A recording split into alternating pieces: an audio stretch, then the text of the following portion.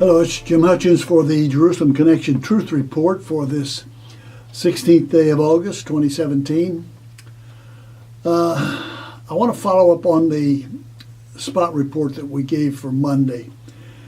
And that was an article by John Piper. John Piper is the pastor emeritus of Bethlehem Baptist Church in Minneapolis. He's also the chancellor of Bethlehem College and Seminary. He's a renowned Bible expositor. And he had an article entitled, as we noted, Jesus is in fact Yahweh incarnate. Jesus is in fact. And he says, so Jesus means, quote, Yahweh saves. And he recognizes the translation of this from the Old and the New Testament. Jesus means Yahweh saved. Jesus is Yahweh with a human nature, coming to save his people from sin.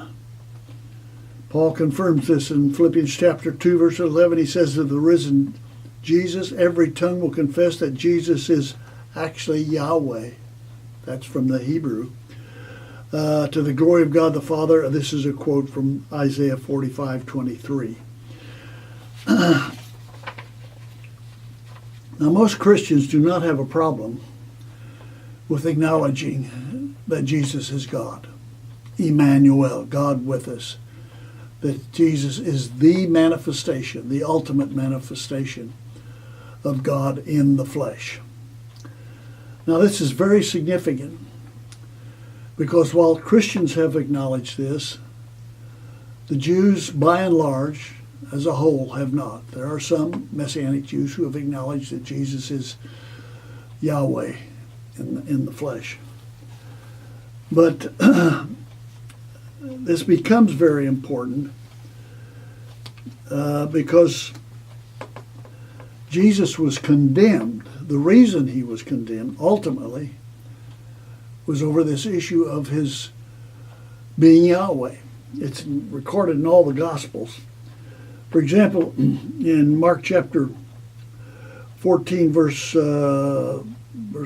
61, it says the high priest asked him under oath, tell us, you're under oath, are you the Messiah?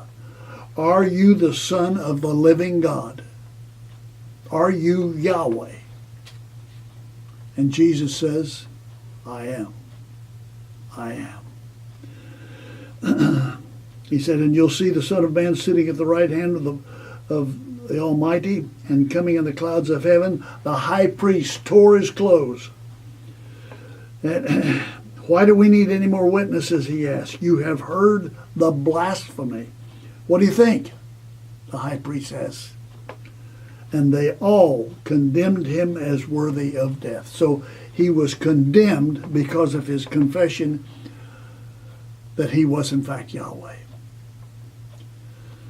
And the Romans actually put him to death on the cross. It was the Romans' activity. But it was the condemnation of the Jewish religious leaders of the day. And Jesus says this to the religious leaders. Matthew chapter 23, the whole chapter is devoted to what Jesus says. Woe to you, teachers of the law and Pharisees, you hypocrites. Time and time again he says that. He closes it by saying, I tell you, you religious leaders, I tell you, you will not see me again until you say, and this is critical, Baruch haba b'shem Yahweh. Blessed is he who comes in the name of Yahweh. That's a quote from Psalm 118, verse 26. You'll not see me again until you say, blessed is he who comes in the name of Yahweh. Jesus is the one who comes in the name of Yahweh. And they will have to confess that. As a matter of fact, that is what initiates the coming, the return of our Messiah, Jesus. He will not return until he hears that. Romans 10:9 and 10 says this, if you confess with your mouth Jesus as Yahweh and believe in your heart that God raised him from the dead, you will be saved. That's the key to salvation. And that's what the Jews will say. Baruch haba b'shem Yahweh. Blessed is he who comes in the name of Yahweh. Jesus will come in the name of Yahweh.